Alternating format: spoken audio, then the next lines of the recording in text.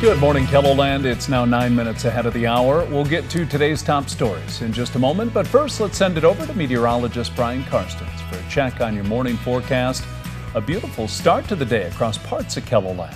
Yes, indeed. Some lovely skies out there for sure, and it's nice to see that green landscape and pier. They picked up about 89 hundredths of rain with those thunderstorms last night in Pier. And, typically you think about the month of July, in most years we would not turn down rain. This year, of course, we've had our mixed reviews, and obviously we know the situation in the southeast. But, folks in that part of the state, and you work your way into western South Dakota, I think it'd be wise to take some rain right now. Those areas have not been nearly as wet. And you look at Aberdeen, too. We picked up some rain there. I believe the rain gauge report this morning is about 5,700. So no severe weather in that neck of the woods. That's good to report as well. Hopefully we'll keep that away for a while. Sioux Falls, well, we ended up getting a little rain, but we did not catch the main bullseye. That went south of Sioux City last night. 68 our temperature right now in Sioux Falls. We got a lot of humidity in the air. Dew points are still in the 60s.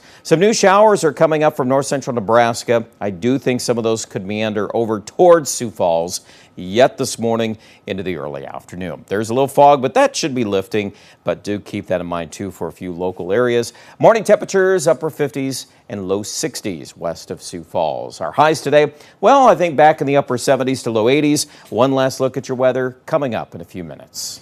Thank you, Brian. Yesterday in Rapid City, 3 former members of Mitchell Post 18's Varsity Legion baseball team returned to the Pennington County Courthouse. Landon Waddell, Hudson Haley, and Carter Simpson all pled guilty to 1 count of being an accessory to a felony. In exchange for their pleas, rape charges will be dropped. These 3 join Lincoln Bates, Carter Miller, and Peyton Mandel, all of whom also pled guilty 2 weeks ago. Sentencing for all 6 is currently scheduled for August 13th. A Sturgis man was arrested, accused of shooting at the city's public safety building over the weekend. The city shared this photo from inside the police chief's office. Officials say it happened just before midnight local time Sunday night. Officials say 20-year-old Frederick Wilson Jr. was seen shooting at the building. Officers confronted Wilson and fired multiple shots at him. He ran and was quickly caught. Explosive components were found near doors, but they never detonated. The South Dakota DCI is investigating the incident. Weekend vandalism at Project Car in Sioux Falls is leaving multiple people without rides. Project Car provides rides for medical visits and other appointments. Windows on 5 vehicles were smashed with what police believe was a pellet gun. The damage totals nearly $4,000. They expect to have vehicles back on the road by Friday. Digital reporter Michael Dorn has this Kelloland.com original story on our website now. Well, if you're traveling through Turner County in southeastern South Dakota, you might run into a few road closed signs. A bridge just east of Parker on 275th Street is blocked off. Water washed out the northeast corner of another bridge to the west of Parker on Highway 44. Both are closed until further inspections can be done. Some of them with the bridge structures do have to go through a detailed inspection before any dollar amount determination of condition. Repairs could be anything from adding in dirt to an entire bridge replacement. An additional 3 roads in the county are still surrounded by water and remain closed.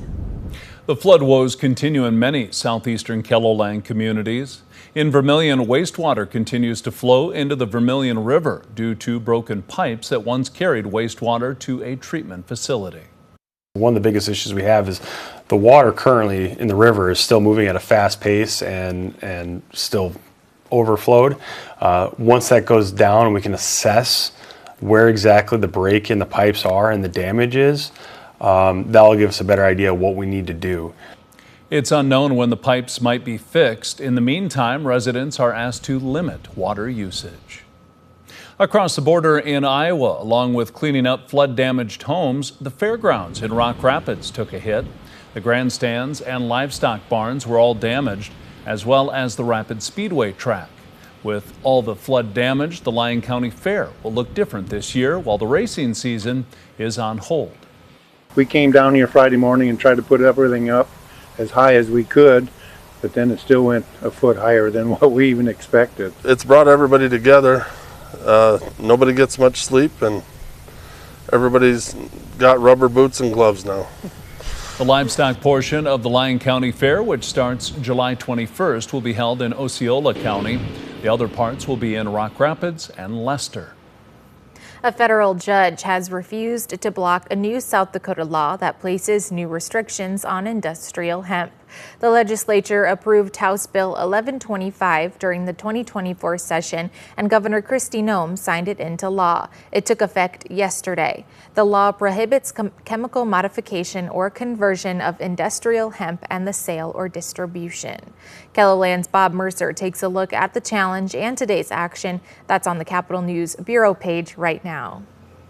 The owners of Cherry Rock Farms in Brandon are getting back to work only days after floodwaters covered a majority of their property. The family says some of the vegetables were underwater for a day or two, while others were submerged for 4 days, and that they lost 70% of their crop. They'll replant what they can, and as for the plants that did survive, the plants really don't like to be underwater, and so they are struggling right now. They're coming out of it, a lot of them are, but it's going to set it back probably a couple of weeks, I would say, for our opening date. Later July would be my best guess. You know, just kind of as the plants recover and start to bear fruit, we'll be assessing, you know, what we can use and what we'll have to sell. So we're hoping in the next couple of weeks. in addition to the damage, the Patzers found a camper washed up on their property. On a positive note, the floodwaters did stop short to the family's home, storefront, and greenhouses. This year's fireworks display in Sioux Falls will be held at the W.H. Lyon Fairgrounds on Thursday. The gates open at 7 and there will be plenty to do before the fireworks show, including a band, kid activities, and food. The man in charge of this year's show says the fireworks will be different this year. And it's an awesome show. We change it up every year. We always want to beat last year as far as the different types of effects and the things, that all the new fireworks that come out. The forecast is calling for a chance of rain, and if it does, the event will be moved to Friday. Now let's get one final check of this morning's weather with meteorologist Brian Karstens. Still looking at some rain for the 4th of July, Brian? Yes, indeed. Yeah, that subject will come up, but we've got even a couple of showers this morning. A few new ones are popping up around winter. Some of this could make it to Sioux Falls yet today. It's a 30% chance of a shower. So keep an eye on your Storm Tracker app. There's the 4th of July, and yes, even the risk of some heavier downpours. North of Sioux Falls is the biggest risk actually on the 4th. So got a little time yet to watch that, but that's where the data seems to be pointing toward these thunderstorms a little heavier when you look at the totals. But we got a little time yet to sort through that. Let's jump right into your 7-day forecast. And today we're 77 in Sioux Falls. That's a little warmer than yesterday, so that's good. 82, dry weather for Pierre. 70% chance of rain on the 4th. So that is something we'll need to contend with. Chance of a shower, thunder shower left over on Friday. Aberdeen also has a pretty good chance of rain on Thursday, lingering into the start of the weekend. Highs will recover, though, by the weekend in the 80s. 80s are likely in Pierre this weekend, but again, watch those thunderstorms on the 4th. In Rapid City, that chance of rain starts up tomorrow afternoon. Guys? Thank you, Brian. That's our time. Thanks for watching. Have a good Tuesday, everyone.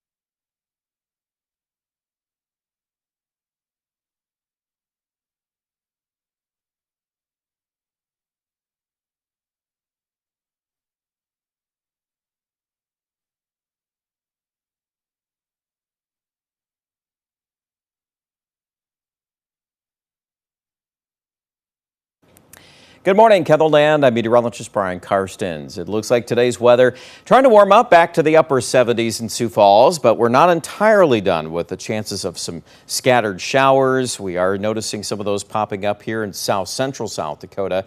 Also, late this afternoon, there could be a thunderstorm in the Black Hills region, and that chance of rain's included in Rapid City. Dry weather in the far north. We'll take a closer look at the 4th of July. That's coming up in a few minutes.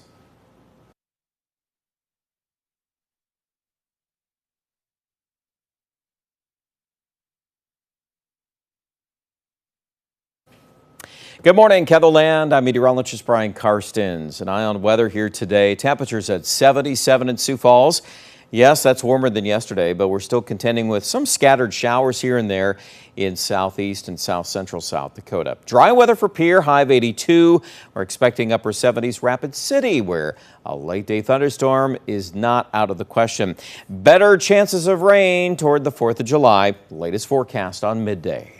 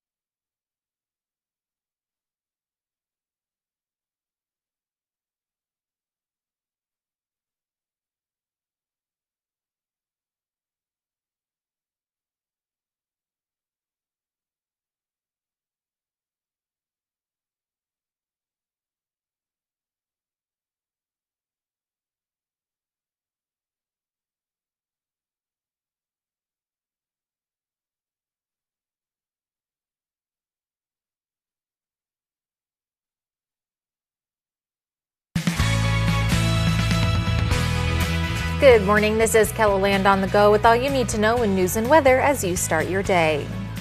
A 34-year-old man is behind bars in Sioux Falls accused of robbing a bank Monday morning. Police say just after 9 a.m., a man walked into a bank on East 10th Street, just west of Cliff Avenue. The teller reported that a suspect had entered the bank and demanded money from the teller. An undisclosed amount of cash was turned over to the suspect, who fled the area. Police say information from the bank helped them identify the suspect. Abdakim Ismail was arrested a short time later and charged with robbery. This isn't the first time Ismail has been in trouble with the law. In July of 2020, we reported that he was accused of stabbing a man in Aberdeen. He later pled guilty to an assault charge in that case and served time on probation. 3 former members of the Mitchell Post 18 Varsity Legion baseball team returned to the Pennington County Courthouse Monday morning. Landon Waddell, Hudson Haley, and Carter Simpson all pleaded guilty to 1 count of being an accessory to a felony. In exchange for their pleas, rape charges will be dropped. They joined Lincoln Bates, Carter Miller, and Peyton Mandel, who changed their pleas 2 weeks ago. All 6 are scheduled to be sentenced on August 13th. Sioux Falls police are investigating a weekend shooting after a gun was found in a parking lot. Police were called just before 8 Sunday morning to the shopping cart on North Minnesota. Along with the gun, officers found some broken glass in the parking lot. Witnesses told police that people in 2 separate cars had been shooting at each other. Officers were able to find 1 vehicle. 41-year-old Joseph Chase was arrested for accessory and misprision of a felony. Not completely sure if he was the shooter or not, but we are confident that he was in one of the vehicles and is responsible for some of the crimes that took place there. Right now, police are still trying to figure out who else was involved in the shooting. Well, now let's get a check on today's weather with meteorologist Brian Karstens. Good morning, Brian. All right. Good morning, Lauren. Good morning, everybody. Weather today. Well, we are dealing with a few leftover shower chances in southeastern and south central South Dakota. Biggest rains last night and yesterday. Well, we had one strip that cruised through central South Dakota. Some severe weather actually reported with some of that in the central and western parts of Kettleland around Wanblee. They ended up with 70 to 80 mile an hour winds. We also had some much larger storms south of us into central and eastern Nebraska with flash flooding and all of that. You can see on the radar replay from the overnight, if we pull the view back out, certainly Omaha, Lincoln, Council Bluffs dealing with some excessive rain. So I would say we dodged a little bullet there, but we're not done yet. We do have a 30% chance of showers today for Sioux Falls. No heavy rain expected, though. 82 the high in Aberdeen, 82 in Pierre, and 77 in Rapid City, where a late afternoon thunderstorm could brew up.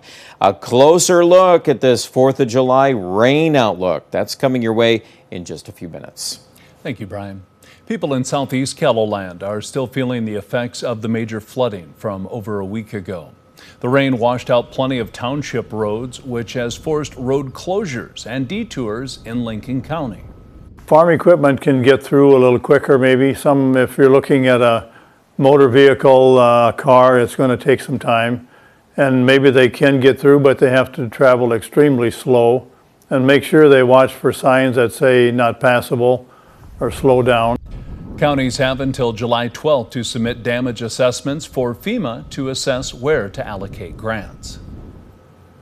Turner County officials are working hard to figure out a plan to repair 2 bridges that face flood damage.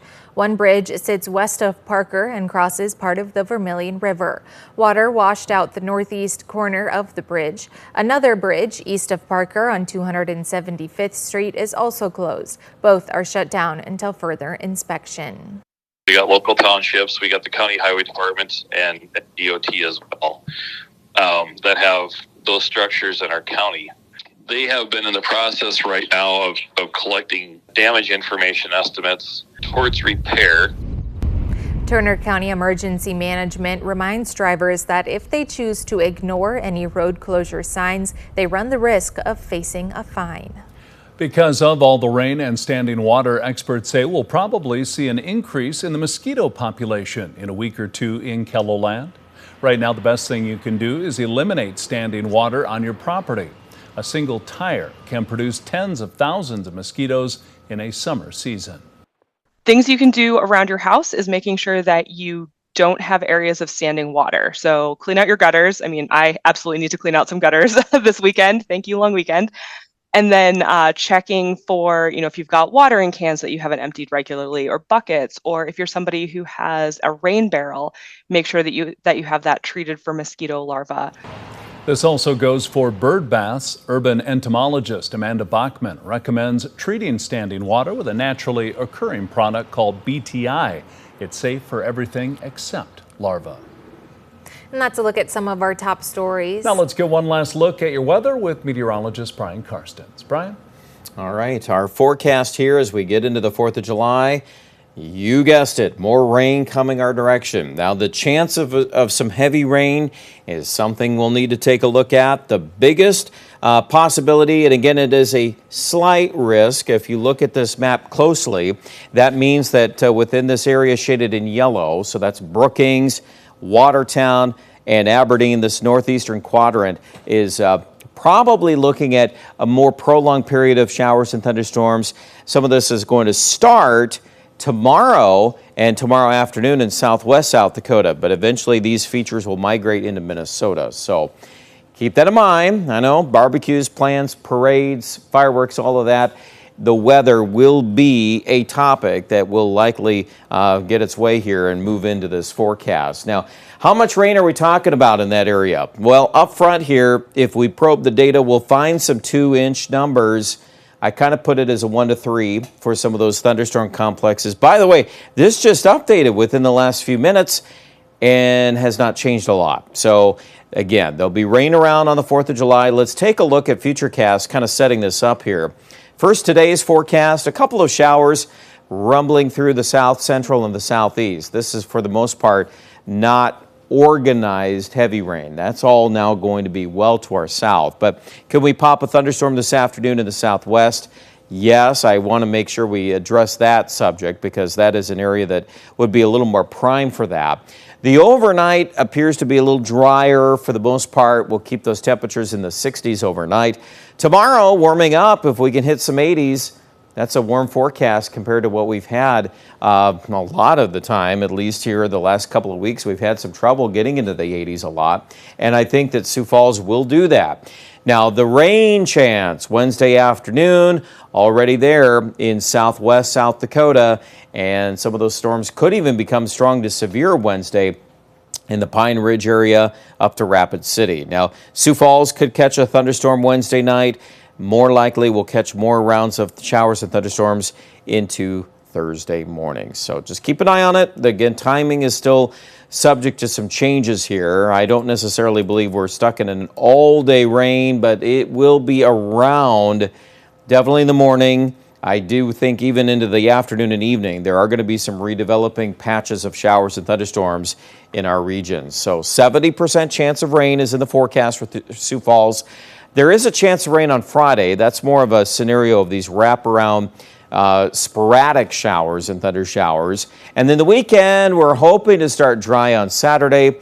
There's another low pressure center coming in out of Canada for Sunday. And for right now, for Aberdeen, we kind of left that as a broad brush 20 to 30% chance of rain into the weekend. So just kind of keep an eye on the forecast. Obviously, Thursday, the 4th of July, is the biggest chance, as we just highlighted that pocket of heavy rain. Here in central South Dakota also should get hit by thunderstorms Wednesday night into at least the first half of the 4th of July. If you're looking at fireworks and drying out, the farther west you live, the better the odds that you'll get that in. That seems to be the going trend here for Rapid City too. But even having said that, we have a 20% chance of rain on Friday. Check out details. They're posted right now at KETHLELAND.com.